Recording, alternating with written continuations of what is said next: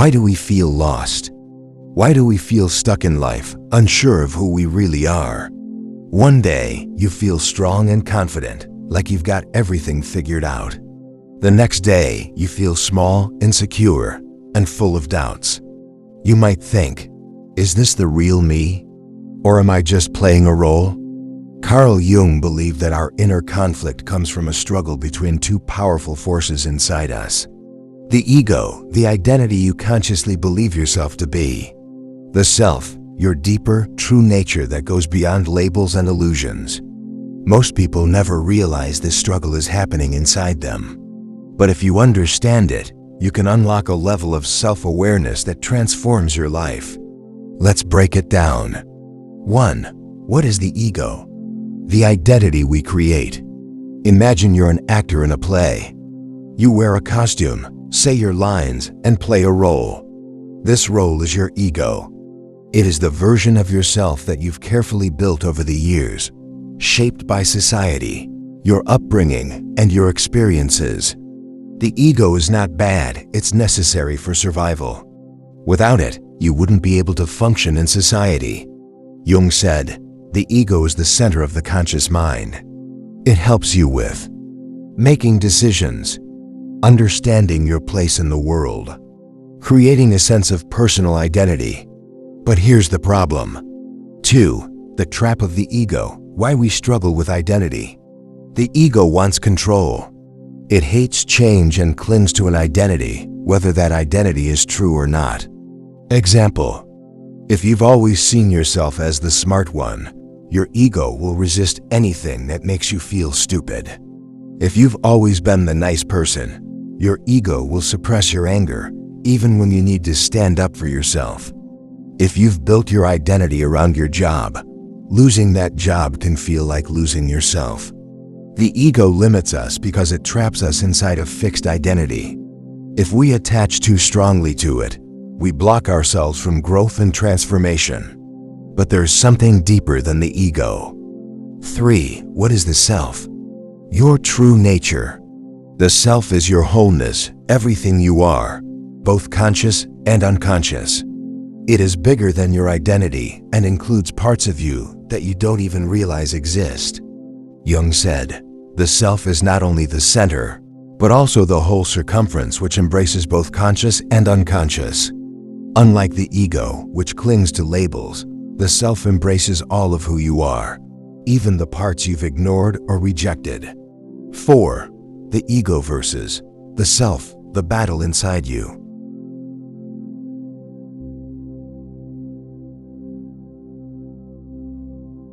The struggle between the ego and the self is what creates inner conflict. Common signs of ego versus self conflict. You feel lost when your role in life changes, graduation, breakup, job loss. You avoid facing your emotions because it threatens your self-image. You feel a deep longing for something more, but you don't know what. This is your self calling you to break free from your ego's illusions. 5. How to move beyond the ego, the path to the self. The goal is not to destroy the ego that would make functioning in the world impossible. Instead, the goal is to integrate the ego with the self to make them work together instead of against each other. Here's how. Step 1. Observe your ego without judgment. Start by noticing how you define yourself. Ask yourself, what labels do I attach to myself? What makes me feel threatened or defensive? When do I feel insecure about my identity? Example, if you always tell yourself, I'm a strong, independent person, notice if you struggle to ask for help. Your ego may be resisting the fact that needing support is also a part of being human. Step 2. Face the parts of yourself you've ignored. Jung believed that growth happens when we integrate our unconscious parts. If you always act confident, explore your hidden insecurities. If you always act logical, explore your emotions. If you always act kind, explore your anger and set boundaries. By embracing your whole self, you become more balanced and authentic. Step 3. Let go of fixed identities. The ego fears change, but the self thrives on it. Instead of saying, "This is who I am," try saying, "I am always evolving. I am more than just a single label. I am a work in progress, and that's okay." This mindset shift allows you to grow without fear. Final thought: the journey to your true self. Most people live their entire lives trapped inside their ego, constantly searching for validation, afraid to change. But the happiest, most fulfilled people embrace the journey of self-realization. The path isn't easy. It requires letting go of illusions and stepping into the unknown. But in the end, it's the only way to truly find yourself. So who are you really? Have you ever felt stuck between who you think you are and who you might become? Drop your thoughts in the comments. I'd love to hear your journey.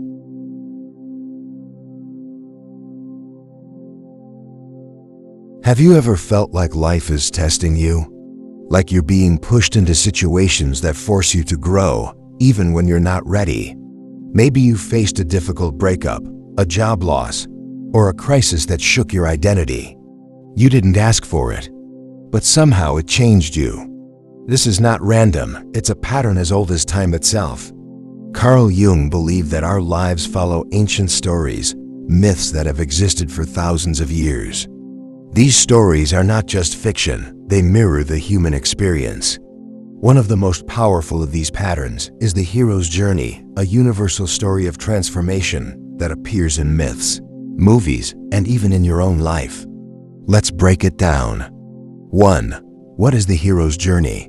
The hero's journey is a pattern of storytelling discovered by Joseph Campbell, influenced by Jung's ideas of archetypes and the collective unconscious. It's the blueprint behind countless stories from ancient myths to modern movies.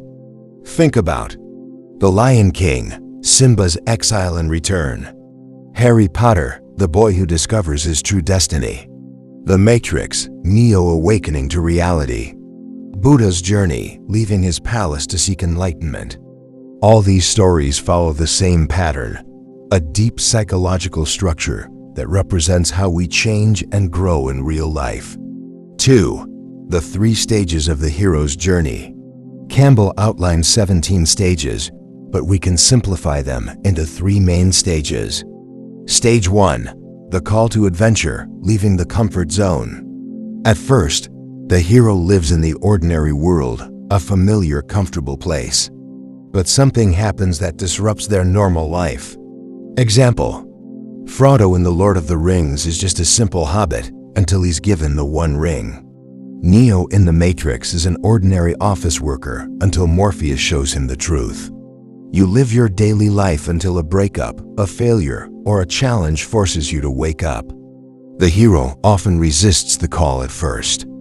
It's scary to step into the unknown. Stage 2, the road of trials, facing challenges and shadows. Once the hero steps into the unknown, they face challenges, enemies, and inner struggles. This is where real transformation happens. Example: Luke Skywalker struggles to master the Force. Simba loses himself before remembering who he is. In real life, people experience self-doubt, fear, and hardship before growing into their full potential. This is also where mentors appear. Yoda teaches Luke Skywalker. Dumbledore guides Harry Potter. In life, mentors appear as books, teachers, or even hardships that force you to grow. But the hardest part: facing the shadow, the dark parts of ourselves that hold us back. Example: Frodo struggles with the ring's temptation. Batman must embrace his fear to become Gotham's protector. You must confront your fears, insecurities, and limiting beliefs before you can evolve. Stage 3, the return, transformation, and wisdom. After the struggle, the hero gains wisdom, power, and transformation. But the journey isn't over. They must return to their old world, bringing their knowledge to others.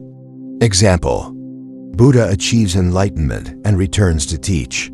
Simba reclaims the Pride Lands. A person who heals from trauma helps others facing the same struggles. But here's the key: the hero is never the same person they were at the start. 3.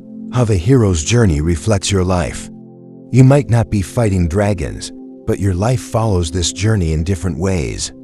Career growth. Ordinary world, a comfortable job. Call to adventure, a chance to switch careers. Road of trials, struggles, failures, learning new skills. Return, becoming a master in your field. Spiritual awakening. Ordinary world, living on autopilot. Call to adventure, a deep question about life's meaning. Road of trials, doubts, breakdowns, searching for truth. Return, gaining inner peace and wisdom. Personal healing. Ordinary world, ignoring past trauma. Call to adventure, a crisis that forces self-reflection. Road of trials, therapy, pain, breaking patterns. Return, emotional growth and healing. 4. The archetype of transformation, why this journey is universal. Jung believed that myths and stories exist in all cultures because they reflect deep psychological truths. The hero's journey isn't just a story, it's an archetype buried in the collective unconscious. It represents growth. You must leave comfort to evolve. Struggle. You can't transform without facing difficulties. Return. True wisdom comes from experience, not just knowledge. The more aware you become of your own hero's journey, the more empowered you are to face life's challenges. Final thought. Are you the hero of your own life? Life will challenge you. You will face trials. But in the end, the struggles shape you into something greater. The question is, will you resist change, or will you embrace your hero's journey? What stage of the hero's journey do you think you're in right now? Drop your answer in the comments. I'd love to hear your story.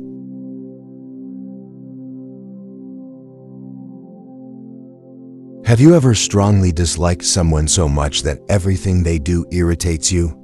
Maybe it's a coworker, a friend, or even a stranger online. You tell yourself, they're so arrogant. Why are they always seeking attention?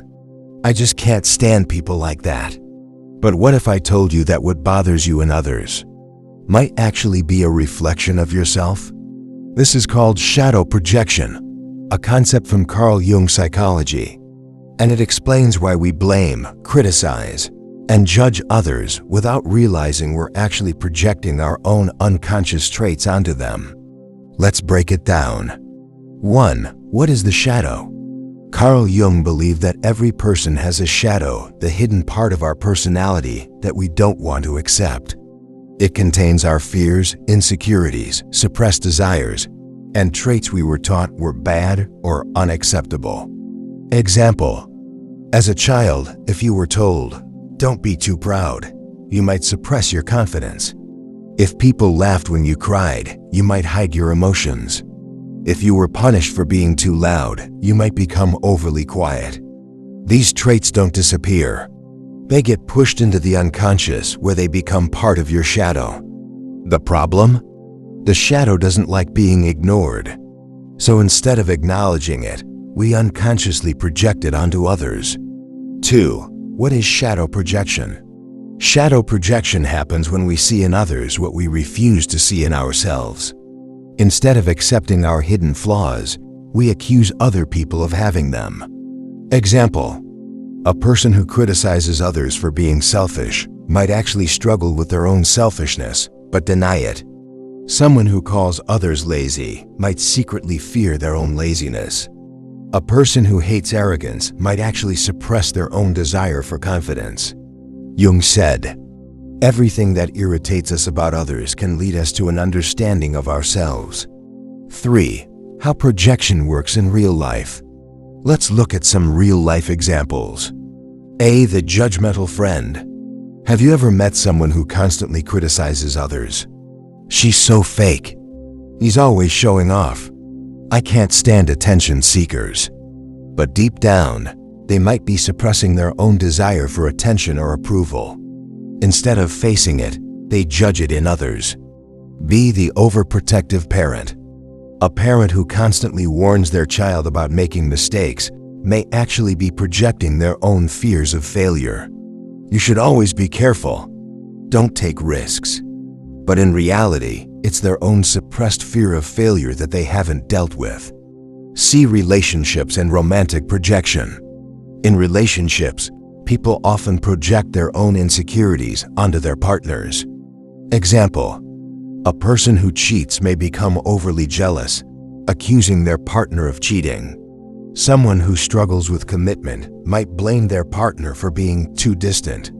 A person who feels unattractive might accuse their partner of looking at other people. 4. Why do we project our shadow? The mind hates discomfort. It doesn't want to face painful truths about itself. So instead of admitting, "I have this flaw. I feel insecure about this.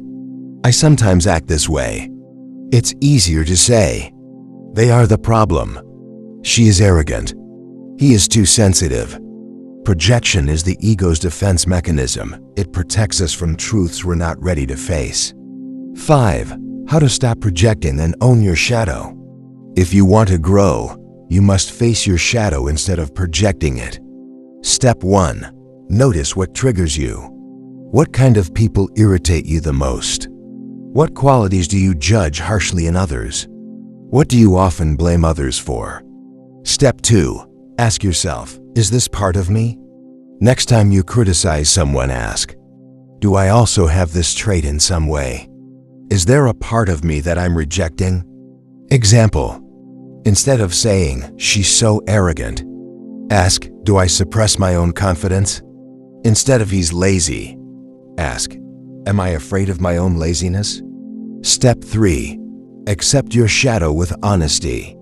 The truth is, you are not perfect. Nobody is. The sooner you accept your flaws, the less power they have over you.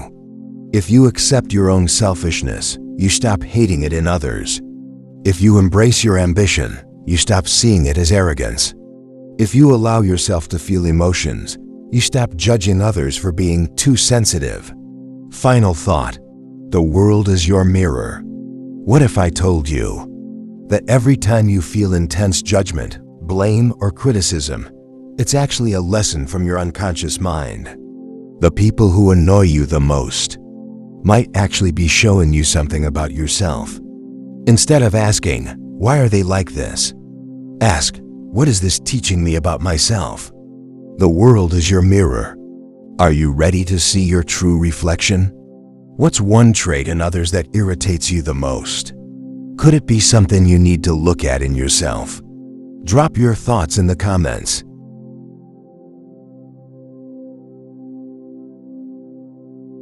Imagine you have everything planned out perfectly. A stable job, a relationship that seems solid, a clear vision for your future. Then, out of nowhere, you lose your job. Your relationship falls apart. Life throws you into total chaos. At first, you panic, but later you realize losing your job forced you to find your real passion. That breakup pushed you towards self-discovery. That unexpected failure led you to something even better. This is the work of the trickster archetype, a force of chaos that disrupts your life, but ultimately helps you grow. Carl Jung saw the trickster as one of the most misunderstood yet essential archetypes in human psychology. So let's dive deep into who the trickster is, how it shows up in our lives, and why its chaos is actually a gift. 1. Who is the trickster archetype? The trickster is a rule breaker, shapeshifter, and disruptor. This archetype appears in myths, religions, and stories across all cultures. It plays pranks, challenges authority, and creates disorder, but with a hidden purpose: teaching lessons through chaos. Examples from mythology. Loki, Norse mythology, a mischievous god who causes problems, but also leads to important transformations. Krishna, Hindu mythology, known for his playful tricks, but his actions reveal deep spiritual truths. Hermes, Greek mythology, a cunning god who bends the rules but brings new knowledge. Coyote, Native American mythology, a trickster who disrupts, but in doing so, brings wisdom. The trickster's role? To destroy illusions, challenge comfort zones, and force people to see life differently. 2. How the trickster archetype appears in your life. The trickster isn't just in myths, it's in your own life too. It shows up whenever you experience unexpected change, losing a job, a breakup, a failed project. Your beliefs get challenged. Someone exposes a flaw in your thinking. You meet someone who disrupts your routine, a person who shakes up your worldview. You make a mistake that leads to a breakthrough, failure turning into an opportunity. At first, the trickster feels like bad luck or misfortune. But if you look deeper, it's actually redirecting you toward growth. 3. The trickster in stories and popular culture. Trickster characters are everywhere in stories, books, and movies. Examples: the Joker, Batman, uses chaos to expose the hypocrisy of society. Jack Sparrow, Pirates of the Caribbean, acts foolish but always outsmarts his enemies. Bugs Bunny, cartoons, tricks his enemies in funny ways but always teaches a lesson. Tyrion Lannister, Game of Thrones, uses wit and humor to challenge authority. Tricksters make us uncomfortable because they break the rules of reality, but they also reveal truths we ignore. 4. Why the trickster archetype is necessary for growth. The trickster forces transformation by shaking things up. It destroys the old so the new can emerge. Imagine a forest fire. It looks destructive, but it actually clears the way for new life. The trickster works the same way in your mind. It burns away false beliefs. It forces you out of your comfort zone. It reveals hidden truths. Example: you believe stability equals happiness. Gives the trickster makes you lose your job. Gives you discover your real passion. You think a certain relationship is forever. Gives the trickster ends it. Gives you realize it was never right for you.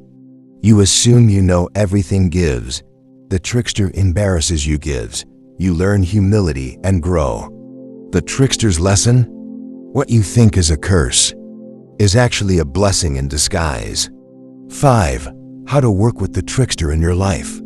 Instead of resisting the trickster's chaos, embrace it. Here's how. Step 1. See disruption as a teacher. Next time life throws something unexpected at you, ask, what is this trying to teach me? Is this pushing me towards something better? Step 2. Question your own beliefs. The trickster hates rigid thinking. Ask yourself, what beliefs do I hold too strongly? What if I'm wrong about this? This opens your mind to new possibilities. Step 3. Learn to laugh at yourself. Tricksters love humor. If you take life too seriously, they'll make sure you learn to laugh at your own mistakes. Example: a person brags about being smart, but then falls into a ridiculous mistake. The trickster teaches, don't take yourself so seriously. Life is a game. Final thought: chaos is the catalyst for growth. The trickster is not here to destroy you. It's here to break your illusions and push you towards something greater. Think about the biggest challenges in your life. At the time, they felt like disasters. But looking back, weren't they actually the moments that transformed you the most? That's the trickster's magic. It brings chaos, but also wisdom, growth, and new beginnings. So next time life plays a trick on you, instead of resisting it, ask, what is this teaching me? Because sometimes the greatest lessons come from the most unexpected places. Has the trickster ever appeared in your life? A moment where chaos actually led to something better? Share your story in the comments.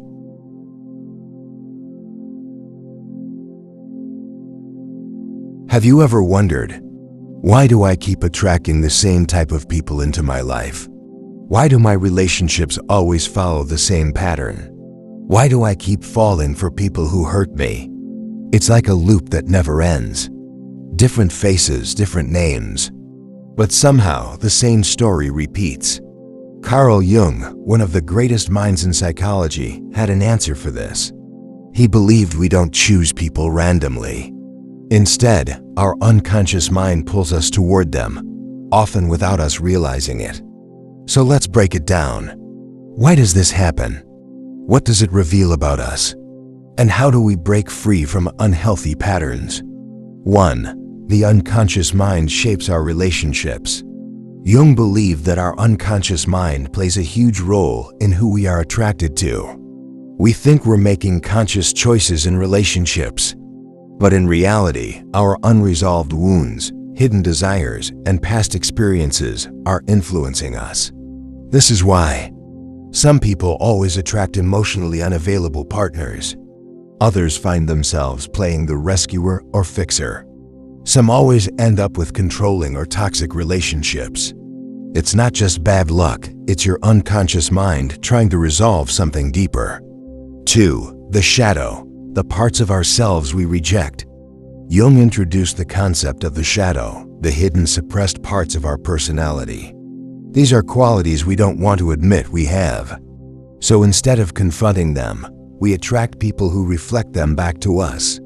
Example: if you suppress your anger, you might keep attracting partners who are aggressive or controlling. Example: if you struggle with self-worth, you may attract people who take advantage of you. Your relationships become a mirror reflecting what's unresolved inside you. 3. The anima and animus, seeking wholeness through others. Jung also introduced the concepts of anima, feminine energy in men, and animus, masculine energy in women. We are unconsciously drawn to people who represent the missing parts of ourselves. For example, a man who ignores his emotions may be drawn to deeply emotional women. A woman who avoids leadership may be drawn to strong, dominant men. It's like our unconscious mind is trying to balance itself through relationships. But here's the problem. Instead of developing these traits within ourselves, we become dependent on others to provide them.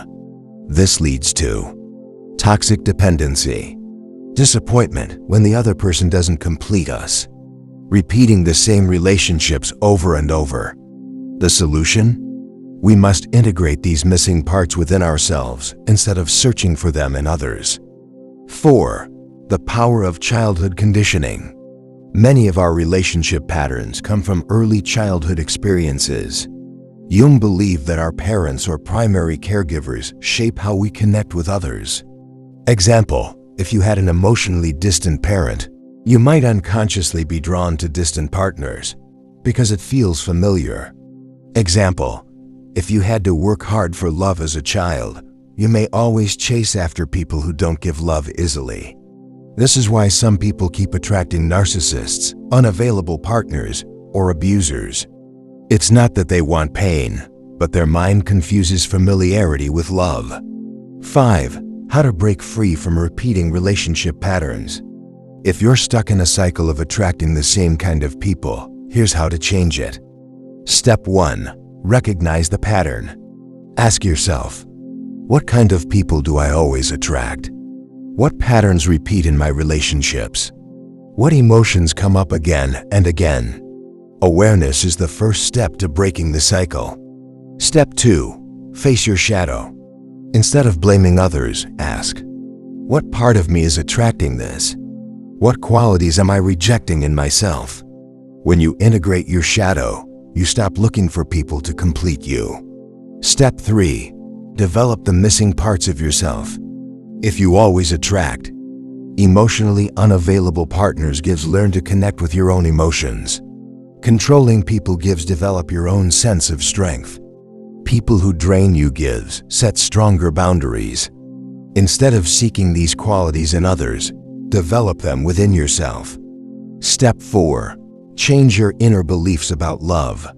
Jung said, until you make the unconscious conscious, it will direct your life and you will call it fate. If deep down you believe, I am not worthy of love, love means pain, I have to earn affection, then you will keep attracting relationships that prove those beliefs true. To change your relationships, you must change your inner beliefs about love. Final thought. Relationships are a mirror. Jung taught that the people we attract are reflections of our own unconscious mind. Every relationship, good or bad, is a chance to see ourselves more clearly. So next time you notice the same pattern appearing, ask yourself, what is this relationship teaching me about myself? Because when you heal what's inside, the people you attract naturally change too. Have you ever noticed a pattern in your relationships? What did it teach you about yourself? Share your experience in the comments.